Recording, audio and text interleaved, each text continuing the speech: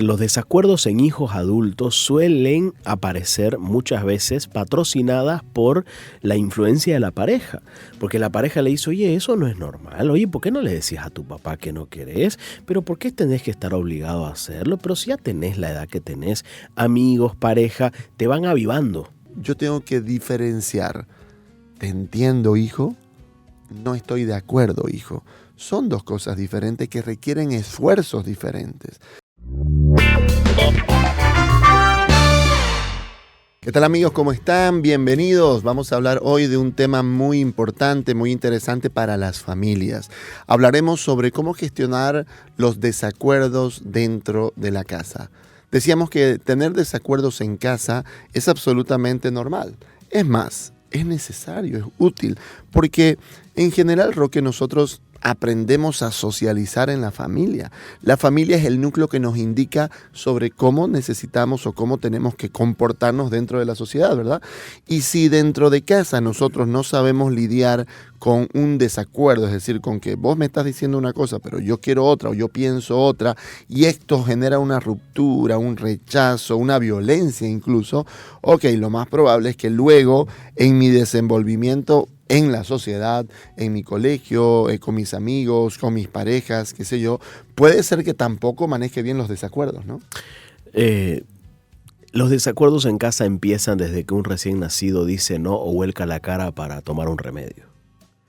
O sea, o desde que llora, desde que sabe llorar. Ya hay manifestaciones de desacuerdos desde el inicio de nuestra vida. No necesito tener a un adolescente en casa para sentir que los desacuerdos recién empezaron a ocurrir. En la casa ocurren desacuerdos desde que inicia la vida de nuestros hijos, ¿no? Ni qué decir los desacuerdos de la pareja, pero a eso nos vamos a referir en un apartado distinto.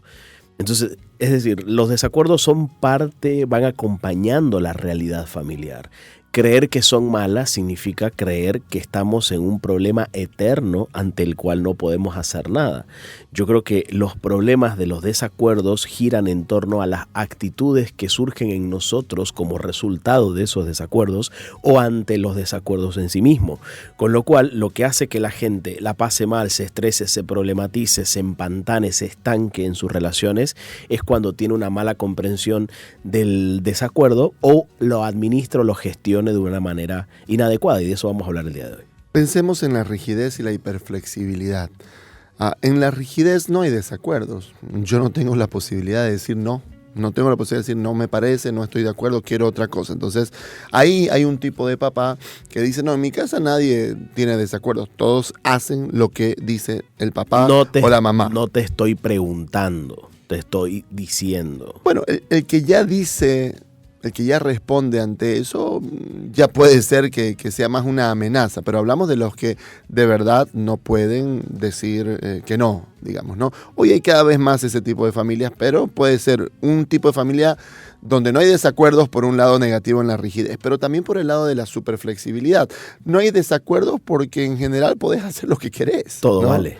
Exacto. Las reglas no están claras. Exacto, con tal más bien de no amargarme, hágase lo que te dé la gana, no me interesa, no me importa, porque al final lo que se transmite con una super flexibilidad es, no me interesa, no quiero amargarme, no quiero discutir, no quiero pelear, haz lo que te venga en gana hacer, no me preguntes, no me digas nada, ya está, velo cómo te arreglás vos. ¿Cuál vendría a ser como el peligro de esa actitud? ¿Cuál vendría a ser como la parte inadecuada de la hiperflexibilidad? Tu hijo se puede meter en problemas, puede ocasionar problemas en un mundo que no es tan hiperflexible como tu sistema familiar. Claro. Hay un mundo que sí tiene normas y reglas claras y que además tiene castigos, consecuencias, sanciones, como el sistema escolar, por ejemplo, ¿no? Si este niño funciona en el sistema escolar con la misma libertad con la que funciona en el sistema familiar, probablemente tenga problemas en su adaptación a la sociedad. El otro día me comentaba una persona que vino su sobrino a casa, ¿no? Y pues bueno, este niño es un niño que en su propia familia, en su propia casa, no le dicen mucho que no. Por lo tanto, él siente hacer cosas y las hace. Y no sé qué cosa rompió o algo hizo y este tío le llamó la atención al niño, ¿no? Obviamente, digamos, la cuñada sería, ¿no? no le pareció la idea, no estuvo de acuerdo y se hizo un problema, no muy grave, pero un pequeño problema familiar. ¿Por qué? Porque, como decís vos, a veces las familias piensan que el mundo tiene que adaptarse a la manera en cómo yo quiero criar a mis hijos. Claro. ¿No? Que los demás tienen que entender, respetar, acompañar, dar siempre oportunidades y chances a mis hijos como yo se las doy. Y ahí, ¿qué pasa? Los chicos se topan ¿con qué? Con que el mundo no es como me lo pintaron, ¿no? Ya sea por el lado de que nunca me dijeron que no, o por el lado de que más bien casi siempre van de la mano estos papás, los que todo el tiempo le dijeron al niño que es perfecto, que es hermoso, que todo lo hace bien, que es excelente en todo, que todo es bello lo que él hace, y se topa luego con que hay otros niños mejores en otras cosas, lo cual hace que el niño después se vaya a frustrar también porque el mundo no es, insisto, como me lo pintaron. Estas dos primeras actitudes, la rigidez y la hiperflexibilidad, constituyen en una actitud que puede representar un problema en torno a los desacuerdos. Es decir, no dijimos qué pasa con la rigidez. Porque ¿no? con la rigidez, y ahí quería decir algo, con la rigidez nadie tiene voz ni voto. Y eso dura en la niñez, en la adolescencia va a reventar, ¿no? Es posible que yo como papá tenga una fantasía creyendo que eso va a ser así siempre, y hay unos adolescentes que logran rebelarse adecuadamente, pero hay otras que no. Sí. Lamentablemente hay otros que no. Cuando uno es adulto y de pronto dice, oye, yo nunca tuve esa adolescencia rebelde, contestataria, en la que me la haya cuadrado a mi papá o a mi mamá para decirle no quiero, toquen la puerta antes de entrar, no se metan con mis amigos, mamá es mi pareja, por favor. O sea, no tuvieron esa adolescencia en la que se impusieron ante la mentalidad de los papás o ante los valores que los papás pregonaban. Y yo decía... yo cada vez que veo adultos que sienten que no han podido hacer ese tipo de intervenciones con los papás de una manera suave, respetuosa, pero dentro, por supuesto, del margen del respeto, esas personas normalmente después tienen dificultades para establecer límites con el resto del mundo. Eso también es una cosa importante. Lo que hacemos con nuestro sistema familiar, tendemos a hacerlo con el resto del mundo, para bien o para mal, en términos de flexibilidad o en términos de rigidez. Si yo le enseño a mi hijo a obedecer, a acatar, a hacer así, y que yo soy la autoridad y no puede decir nada al respecto y no se puede quejar, y al mismo tiempo veo que mi hijo se deja demasiado con sus compañeros de colegio, con su pareja, con su mejor amiga, yo tengo que plantearme esa manera de gestionar el poder, por ejemplo, en este caso, en mi poder como papá. Pensemos entonces en tipos de desacuerdo. Por lo general, Roque, yo estaba pensando que en la familia de los niños, los desacuerdos tienen que ver con un niño que está dando rienda suelta al instinto solamente. ¿Cuál es el instinto de un ser humano pequeño? Es evitar el dolor y buscar lo agradable, ¿verdad? Es lo que en general el niño hace, ¿no es cierto? Si algo le genera esfuerzo o sacrificio, no lo va a hacer naturalmente. Tiene que ir aprendiendo que hay cosas que uno tiene que hacer aunque no le generen placer, aunque no sea agradable hacerlo, pero entonces tienen que ir incluido con lo que es útil hacer, ¿verdad? Sí. Entonces, me parece que todos los desacuerdos con los niños, o la mayoría de ellos, van a estar en torno a ese tema, ¿no? Sí, porque los niños quieren acercarse al placer y quieren hacer lo que quieren. Vos no le puedes preguntar a un niño de 3 años qué querés comer, ¿no? Porque el niño de 3 años no te va a dar criterios alimenticios de una alimentación balanceada. Pan con mantequilla y dulce de leche. Nada más. Por supuesto. O pizza, ¿no? Uh-huh. ¿Qué quiero decir con esto? Que los niños tienen la posibilidad de tomar decisiones. Yo ayer daba un taller con papás de niños de preescolar. Y ahí desarrollábamos una conversación en torno a qué podemos esperar en términos de autonomía de niños de esta edad. Y una mamá decía que empiecen a tomar decisiones, ¿no? Claro, pero hay que paliar o hay que ubicarnos un poco a qué tipo de decisiones estamos hablando, por supuesto, ¿no? Decisiones como, ¿querés este color o este color pintar? ¿Querés en esta hoja o en esta otra? ¿No? ¿Querés en esta silla o en esta silla? Decisiones que no son tan difíciles y que además se las facilitamos a los niños en el ejercicio de la autonomía.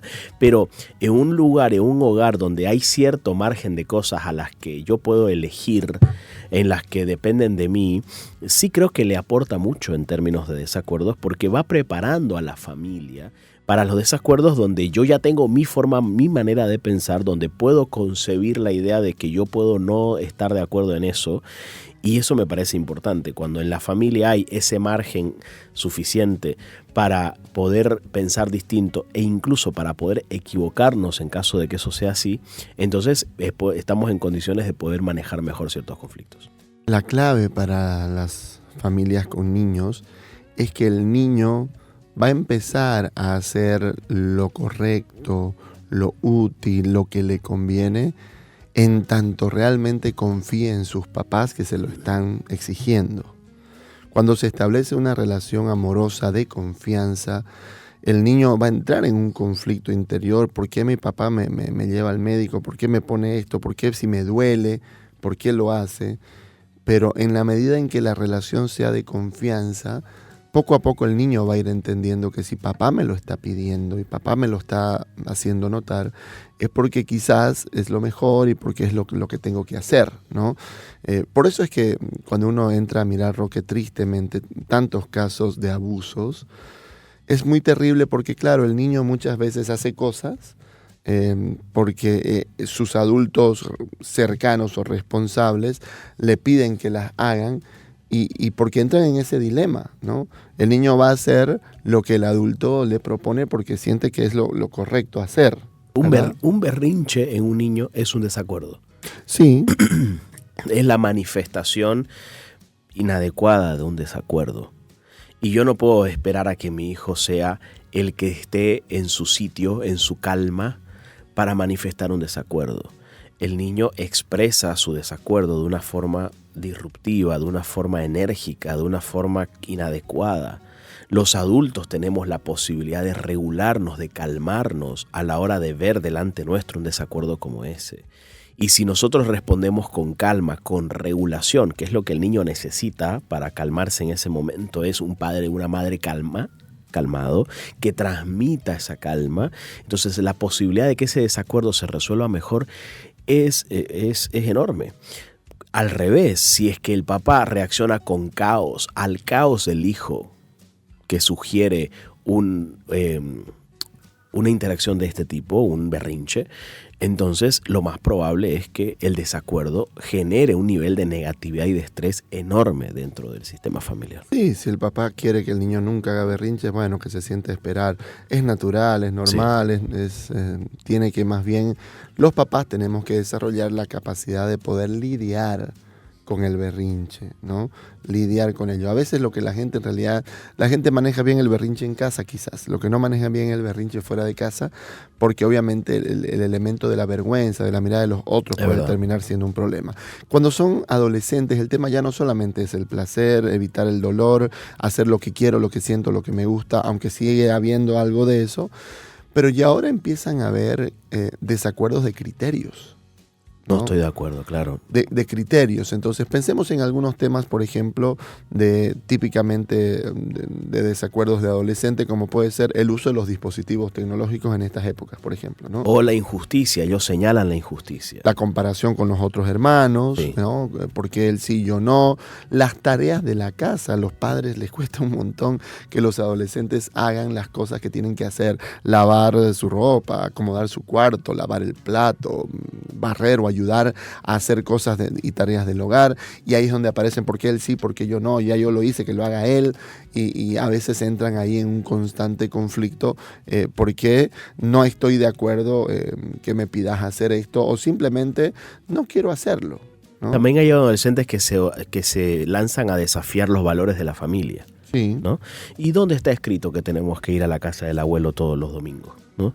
¿Y por qué pues tenemos que ir a misa todos los domingos? ¿Dónde está escrito? ¿Y qué me pasa? Pues, ¿qué es lo peor que puede pasar de esto? Y claro, los papás no lo tomamos tan personal ese tipo de intervenciones porque sentimos que se están metiendo con lo más preciado que tenemos, con nuestros valores, con nuestros principios, con lo que siempre creímos en esta casa. Siento que ya mi hijo no está siendo la misma persona, alguien le está metiendo ideas en la cabeza y eso puede ser o puede constituirse en una de las malas actitudes para gestionar los conflictos dentro de la adolescencia. Creer que hay alguien que está lavándole el cerebro y que no es mi hijo, sino son las ideas que vienen de afuera. Mi hijo no es el que me está diciendo que no está de acuerdo, sino un poder invisible que yo no estoy pudiendo ver y que esa es la amenaza contra eso. En general a los padres les cuesta mucho aprender a lidiar de una manera distinta con sus hijos que ayer fueron niños y que hoy ya no lo son. Y entonces siguen tratando al adolescente como si fuese un niño, quieren seguir imponiéndole cosas, quieren seguir diciendo que no pueden hacer o manteniendo una rigidez, quieren seguir buscando el mismo afecto que le daba cuando era niño. Y claro, el tema es que el papá tiene que entender cuando su hijo está en la transición ya, desde la preadolescencia, en la transición, ya habrán formas, inclusive puede ser que el fondo pueda ser el mismo, pero las formas no pueden ser las mismas. Yo tengo que empezar a hablar con mi hijo adolescente de una manera distinta como le hablaba cuando era niño. No solamente transicionan los niños, transicionan los padres también. Los padres no solamente vemos a un niño transicionando a adolescente, sino que más bien nosotros vamos transicionando de papá de niño a papá de adolescente, que lo que hacíamos, nuestras intervenciones, nuestras formas de que podrían funcionar perfectamente en mi hijo cuando niño, probablemente ya no apliquen necesariamente cuando adolescente, porque por ejemplo, si mantenemos los mismos niveles de rigidez de yo soy tu padre, aquí se hace lo que yo digo y mientras vivo bajo mi mismo techo, vos no vas a poder decidir nada. Si yo mantengo esos niveles de rigidez, probablemente la relación se quiebre en la adolescencia. Es muy importante cuidar esa relación porque hay relaciones que se quiebran dentro de esta etapa y lamentablemente muchas de ellas afortunadamente sí se reparan y muchas otras les cuesta muchísimo hacer eso. En las familias tienen que haber, por lo tanto, valores, elementos esenciales que podríamos llamar no negociables y que los padres tienen que fijar con claridad. Estas son las cosas que las vamos a hacer con ganas o sin ganas, queriendo o sin querer, te las vamos a exigir, te las vamos a pedir que las hagas y tiene que quedar claro, ¿no? Esto es así. En otras familias puede que eso no sea así, pero en nuestra familia esto es no negociable. Y luego tienen que haber un montón de otras cosas que sí se negocien. A ver, yo conversaba ayer con papá de adolescentes y hablábamos sobre qué se le permite al adolescente que no se le permitía cuando era niño. Y entonces, por ejemplo, su cuerpo. Hoy se le permite que tenga el pelo como él quiera, ¿no? Una mamá me decía, mi marido reniega un montón. ¿Sabes por qué? Porque voy y gasto 100 bolivianos en que le corten el pelo para que el peluquero le haga le saque 3 pelos locos porque él no lo quiere tener corto. No, prefiero esperar unos 3 meses y ir cuando realmente se le toque bajar, ¿no? Porque él quiere tener el pelo de una cierta determinada manera. Ahora se quiere vestir de cierta manera. Antes lo vestíamos, pero ella o él quiere vestirse, ¿no? Entonces empiezan a haber algunos elementos propios de que el adolescente demanda hacer. Antes les elegíamos los amiguitos. Eran los más cercanos, los hijos de las personas más cercanas a nosotros. Claro, los hijos de ¿no? mi amiga. Hoy ellos empiezan ya a elegir sus propios amigos, con lo que eso puede implicar para los papás, ¿no? Entonces, sí es muy importante que hayan cosas negociables, que sí hayan cosas que ahora que has crecido, las podés elegir. Ahí es donde sí aplica, no con niños de preescolar, lo que decías vos, que ya ellos aprendan a tomar decisiones y que hay cosas que nosotros sí le permitimos que ellos puedan decidir y hay otras que no la van a poder decidir porque son menores de edad, porque así lo hacemos aquí en la familia y que en algún momento cuando llegue una independencia económica capaz lo podrán hacer, pero ahora no. ¿Qué podemos decir de los hijos adultos? Cuando ya la familia es adulta, hemos ido en 3 etapas en esta conversación. Los desacuerdos en las familias de infantes, los desacuerdos de las familias adolescentes y los desafíos o los desacuerdos de las familias de adultos. Los hijos son grandes, cada uno tiene lo suyo, pueden o no estar fuera de casa, viviendo fuera de casa, pero probablemente ya tienen su rutina, que pueden seguir viviendo juntos, pero cada uno tiene su tiempo, cada uno almuerza donde le toca, cada uno come cuando le corresponde y llegan a casa no a una determinada hora, sino en función a las actividades que tienen. ¿Qué desacuerdos solemos encontrar acá y qué actitudes adecuadas o inadecuadas podemos encontrar en esta etapa? Con los hijos adultos, yo conversaba, ayer les daba un caso de un paciente, les comentaba con estos papás con los que me rodeaba, del caso de una persona que quiere, les decía yo, quiere casarse aunque se muera de eso, ¿no? Es decir, es una persona que está entrando en sus 30 años, tiene su pareja, la relación no es buena, le faltan cosas por el momento, pero no lo único, pero una de las cosas centrales de por qué ella quiere apresurarse, ¿por qué no quiere estar en casa? O sea, mira hasta dónde puede llegar la disfunción de la rigidez en los adultos, a sentir que la única manera que yo puedo salir de aquí es casándome. Y aunque esta persona la verdad que lo ha hecho bastante bien porque tiene ya 30 años, es una adulta responsable, hay gente que hace eso a sus 20, Roque. De verdad. ¿No? A sus 19, sintiendo que... Hay chicos que de 15 años están pensando, no aguanto el día, no espero el día en que yo pueda salir de acá. Por eso hay muchos chicos que quieren estudiar afuera a como dé lugar a cualquier precio, ¿no? No todos, por supuesto, pero muchos de ellos sí. Y sí, fantasean con la idea de que algún día ya no vivirá acá. No por otra razón, más que por el nivel de estrés y la negatividad que le aporta esa rigidez con la que vive.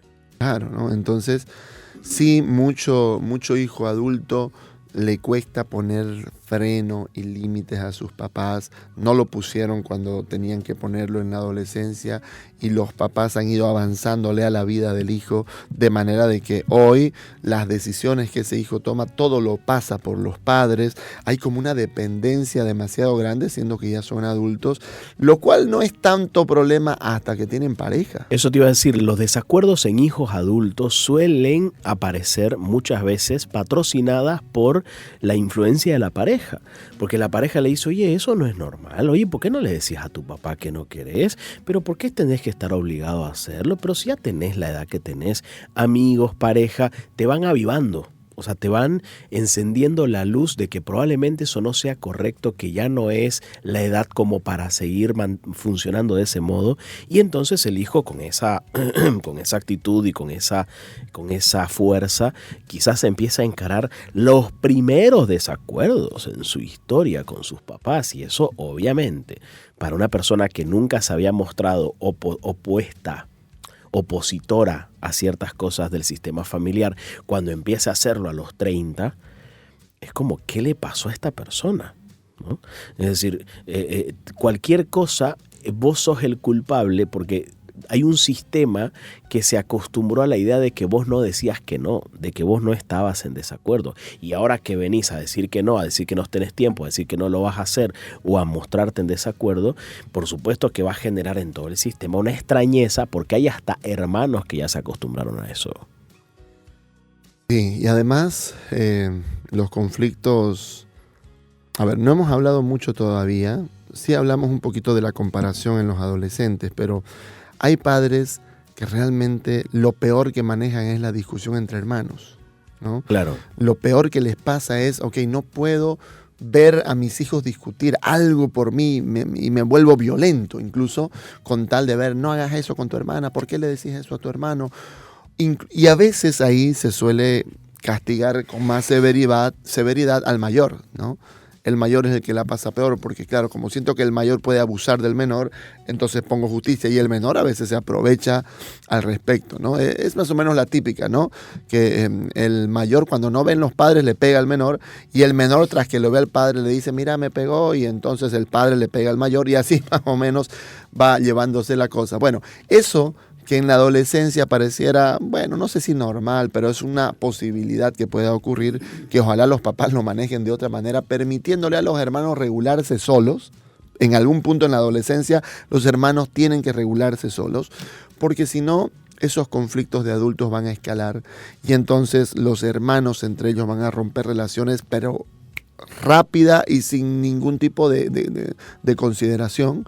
O una vez fallecidos los papás, van a terminar peleándose herencias, van a terminar haciéndose juicios, maltratándose entre ellos, porque obviamente hubo una mala intervención de los padres probablemente en el transcurso del tiempo que hizo que este sistema de hermanos sea muy frágil, muy débil, muy escaso.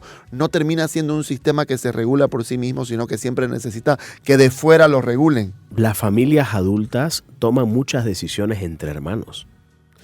En casos de enfermedad de los papás, en casos de impedimento, en casos de fallecimiento, en casos de salud, de infraestructura, de toma de decisiones. Los hijos que no aprendieron a trabajar en equipo, y no tienen que tener una empresa familiar para recién hacer eso, porque la salud de los papás o el bienestar de los papás o el patrimonio de la casa o de la familia ya es razón suficiente como para decir, oye, pongámonos un poco de acuerdo. ¿Qué vamos a hacer con el cumpleaños de mamá? ¿No? ¿Qué vamos a hacer con estas vacaciones? ¿Quién va a manejar qué cosa?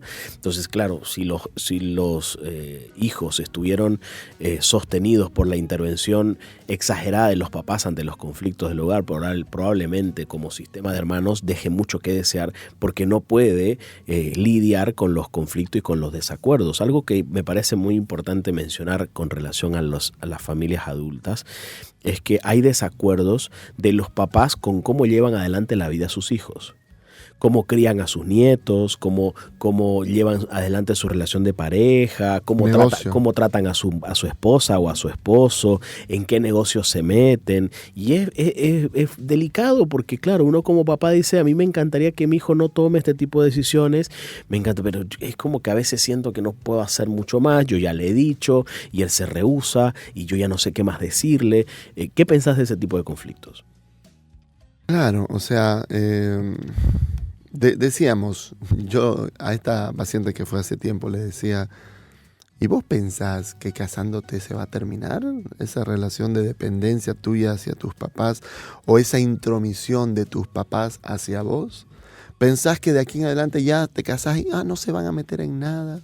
Ya no le va a importar si venís a casa o no venís a casa. Ya no le va a importar si haces o no haces tal cosa. Ya no le va a importar cómo críes a tus hijos. Ya no, te casás y no se van a meter en tu vida y vas a ser feliz.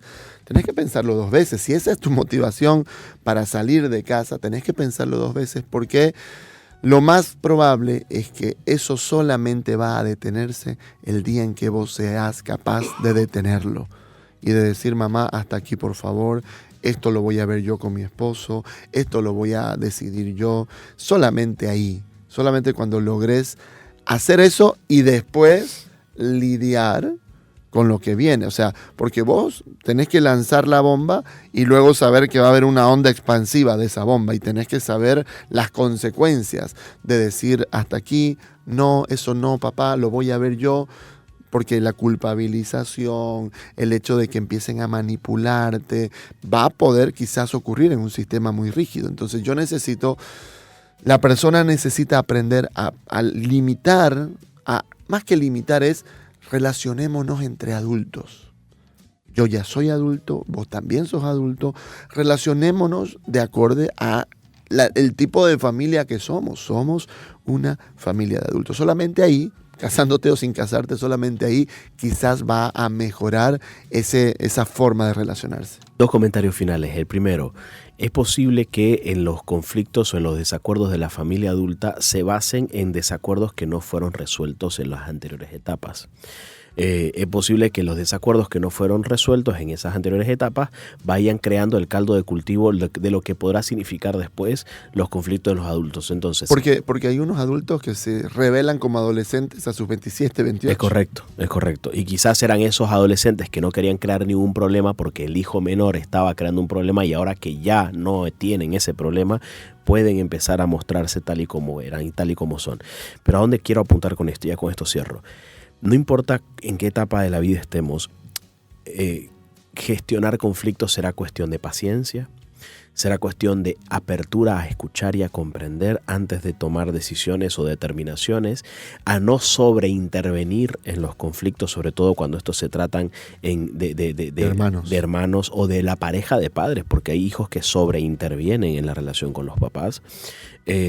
Y genere ese espacio de confianza donde usted pueda lograr que no se tomen tan personal las cosas, que los desacuerdos no significa desamor, que si mi hijo me dice no estoy de acuerdo con eso, no significa que su hijo no la quiera, señora. Que se rebeló, que ya no quiere nada, que ya no quiere esta familia. Por eso es que en la comunicación de los desacuerdos, Roque, tiene que ejercerse la validación. Yo tengo que darme cuenta que mi hijo es un interlocutor válido, que mi papá es un interlocutor válido, es decir, lo que él siente es válido. Yo tengo que diferenciar. Te entiendo, hijo. No estoy de acuerdo, hijo. Son dos cosas diferentes que requieren esfuerzos diferentes. El esfuerzo por entender va por lo que decís vos. Aprender a escuchar activamente, aprender a asegurarme de que el otro está siendo entendido. Porque no es lo mismo que yo te entienda a que vos te sientas entendido, ¿no? El esfuerzo por hacerte que te sientas entendido, por validar lo que te estás pensando y lo que estás sintiendo, aunque yo crea que no es correcto, pero lo valido. Recién desde ese lugar posiblemente el desacuerdo, aunque se mantenga, seguimos en desacuerdo, sin embargo, no va a generar una ruptura en la relación.